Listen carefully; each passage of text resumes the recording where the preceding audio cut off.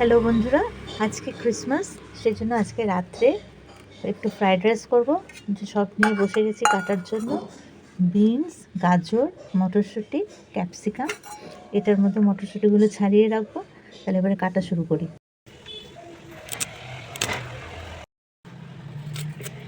আমি আবার ছুরি দিয়ে কাটতে পারি না, তাই বটিতেই কাটি।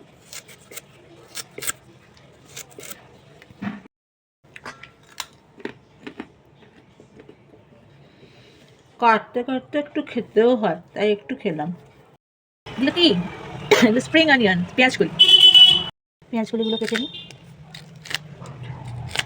ফ্রাইড রাইসে পেঁয়াজগুলি দিলে টেস্টটাই আলাদা হয়, তোমরা সবাই জানো।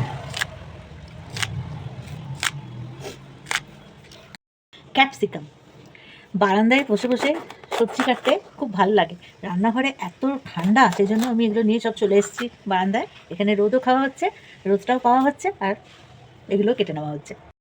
এই যে দেখো, সব কাটা হয়ে গেছে। ক্যাপসিকাম, বিনস, গাজর, পেঁয়াজকলি সব এগুলো কাটা হয়ে গেছে। এইবারে যেটা করব সেটা হচ্ছে এইটা।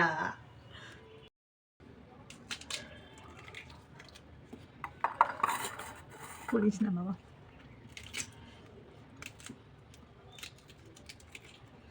একবারে পুরো কুচি কুচি। এটা দেখো,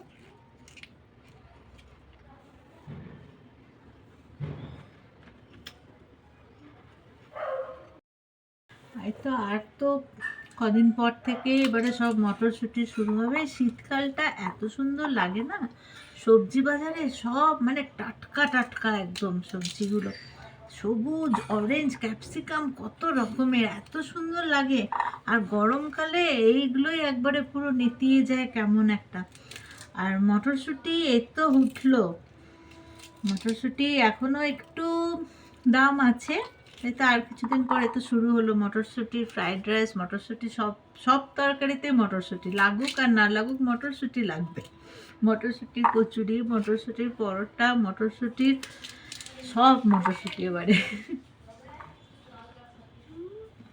এরকম খেতে থাকলে এখানে কম যাবে, এখানে বেশি যাবে, তাই একটু কন্ট্রোল। এখানে আদা রসুন পেস্টটা নিলাম, গ্রাইন্ড করে রাখবো। এখানে চিংড়ি মাছ আর মাংসের টুকরোগুলো নুন, হলুদ, ভিনিগার আর সয়া সস দিয়ে ম্যারিনেট করে রাখলাম। এটা ওই 1 ঘন্টার মতন, 1-1.5 ঘন্টার মতন ম্যারিনেট করে রাখবো।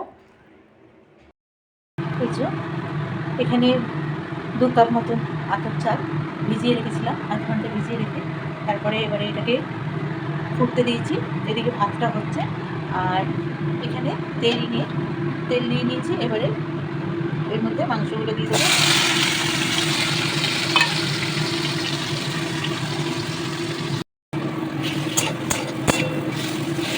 মাংসগুলো পুরো ভাজা ভাজা মতন হবে।